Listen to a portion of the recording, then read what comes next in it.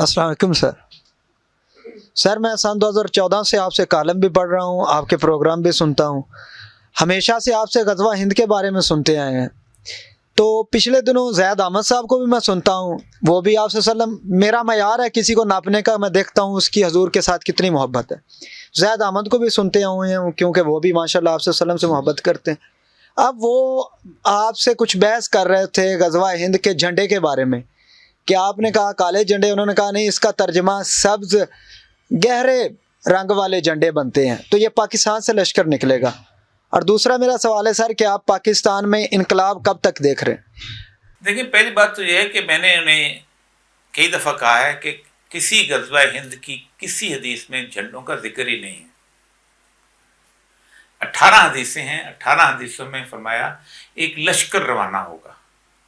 کالے جھنڈے تو جائیں گے بیت المقدس، کالے جھنڈے جو ہیں ہند کو فتح کرنے نہیں آئیں گے۔ کالے جھنڈے خراسان کے جو جھنڈے جائیں گے، وہ خراسان سے کالے جھنڈے نکلیں گے اور بیت المقدس میں جائیں گے اور ایلیا میں گاڑ دیے جائیں گے۔ یہ بنیادی حدیث یہی ہے۔ اور میں تو 15-20 سال سے کہہ رہا ہوں کہ اللہ تعالیٰ اس ملک کے لوگوں کو اس کی شمولیت کی سعادت عطا فرمائے۔ لشکر ادھر سے آئے گا۔ جو ترمذی کی حدیث ہے، نسائی کی حدیث ہے، وہ یہ ہے کہ ایک لشکر روانہ ہوگا ہند کے لشکروں کے لیے بیت المقدس سے۔ آج تک روانہ نہیں ہوا۔ محمود غزنوی غزنا سے آیا ہے، غوری غور سے آیا ہے، ٹھیک، اس طرح بابر جو ہے فرغانہ سے آیا ہے بیت المقدس۔ دوسرا بیت المقدس سے روانہ کرے گا لشکر ہند اور سندھ دونوں کے لیے۔ پھر میں نے نقشہ بھی اس پہ دکھایا کہ نقشے میں ہم لوگ جو ہیں کم از کم اٹک سے نیچے کے لوگ اس میں شامل نہیں ہیں۔ اٹک سے نیچے جتنا بھی علاقہ ہے اس کو انڈس ویلی سیولائزیشن کہتے ہیں۔ نا رسول اللہ صلی اللہ علیہ وسلم کو ہم اس میں بیچ میں لائیں۔ ہم اگر واقعی اس وقت کے زمانے کا نقشے نکال لیں، جو تاریخ کے نقشے ہیں، جو تاریخ کی کتابیں پڑھتے ہیں، انڈس ویلی سیولائزیشن جو ہے وہ نکال لیں تو آپ کو انڈس ویلی سیولائزیشن ہڑپا میں ملے گی، ٹیکسلا میں ملے گی، ان ساری جگہوں میں ملے گی۔ وہ کہتے ہیں ایک نیٹ ورک تھا۔ تو اس وقت آپ یہاں نہیں تھے۔ سندھ کے بارے میں ایک اور حدیث ہے، وہ تو بڑی کٹر حدیث ہے کہ خراب السندھ من الہند و خراب الہند من السین، کہ سندھ کی تباہی جو ہے ہند سے ہوگی اور ہند کی تباہی جو ہے وہ چین سے ہوگی۔ اب اگلی حدیث جو ہے رسول اکرم صلی اللہ علیہ وآلہ وسلم کی بھی یہ ہے کہ ہند کے بادشاہوں کو زنجیروں میں جکڑ کے لائیں گے۔ یعنی جب وہ لوگ آئیں گے تو انڈیا ایک ملک نہیں رہ چکا ہوگا، اس کو چین تباہ کر چکا ہوگا، اس کے کئی حصوں میں تقسیم ہو چکا ہوگا۔ انڈیا جو ہے ایک ملک بنا ہے مسلمانوں کے آنے سے پہلے، ورنہ تو 5-5.5 ہزار کے قریب راجواڑے تھے وہاں پر۔ اس کو تو بعد میں انگریز نے یونائٹ کیا آ کے مکمل طور پہ۔ دیکھیں نا، 3 دفعہ انڈیا ایک ملک بنا ہے۔ ایک سب سے پہلے بنا ہے اشوک کے زمانے میں، وہ ہندو نہیں تھا، وہ بدھ تھا۔ کلنگا کی وار کے اندر 10 لاکھ لوگوں کو اس نے مارا اور پھر اس بار روتا رہا اور بدھ ہو گیا۔ دوسری دفعہ بنا ہے اورنگزیب عالمگیر کے زمانے میں، جب اس نے دکن فتح کیا اور دکن کو ساتھ ملایا وندھیا رینجز کراس کر کے۔ تیسری دفعہ انگریز نے اس کو ساتھ ملایا۔ تو اصل مسئلہ یہ ہے کہ انڈیا تقسیم ہوگا بادشاہوں کو۔ تو اصل مسئلہ یہ ہے کہ جو بھی کرے ہمیں اس میں کوئی حرج نہیں، ٹھیک۔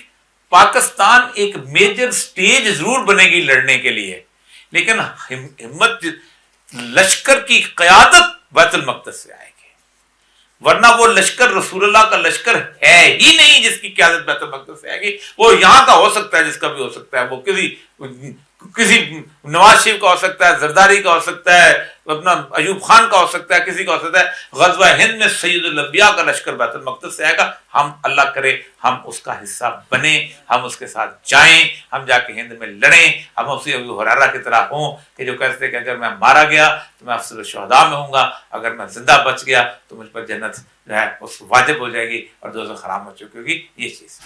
دوسرا سوال تھا انقلاب پاکستان میں آ سکتا ہے اور کب تک؟ اچھا، یہ لمبا سوال ہے، کسی بات کیوں نہیں آ سکتا؟ میں بتاتا ہوں۔ اچھا، میں جواب دے دوں۔ دیکھیں، پہلی بات یہ ہے کہ کوئی بھی جگہ ایسی خالی نہیں ہے جہاں سے انقلاب نہ آ سکے۔ ابھی ایک بائیکر نے جواب کیا تھا کہ ہم پیٹرول کی لائنوں میں لگ جاتے ہیں۔